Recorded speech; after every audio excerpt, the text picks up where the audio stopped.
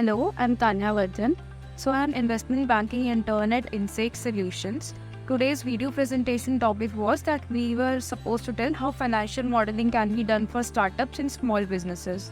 So what I figured out is that first of all, we need to know the goal of financial modeling, whether we are doing it for the funding or whether we are trying to make some strategic decisions, or we need to know the profitability of that business or the startup. After that, we have to collect the relevant information. The information, if it is a new startup, then we can definitely collect relevant information by doing some market research, or we can even check the industry benchmarks. But if it is an existing business, if it is an existing small business, then we can definitely go for its historical trends, whatever the data we have through the previous years. After that, we need to estimate the sales of that business, whether it is a new startup or existing business. And we should make certain assumptions while making those forecasts, and that should be as detailed as possible.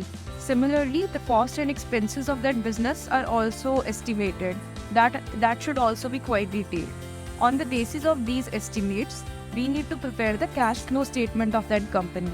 Cash flow statement is really crucial in order to know the financial health of that business, or if we want to know whether the business is doing well or not.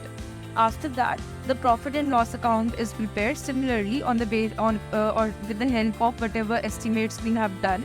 And then finally, we prepare the balance sheet, which helps us to know the financial health or the financial performance of that business.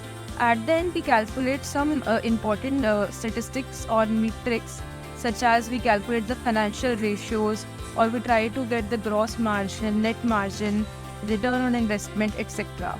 All these informations helps us to prepare the financial model of a new startup or any existing small business. And at the end, we should review and update this financial model, because every now and then we get new information or the market situations keeps on changing.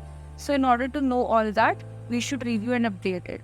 So yeah, that's what I felt, that this is how we can do the financial modeling for any new startup or any small business. So I'm done. Thank you.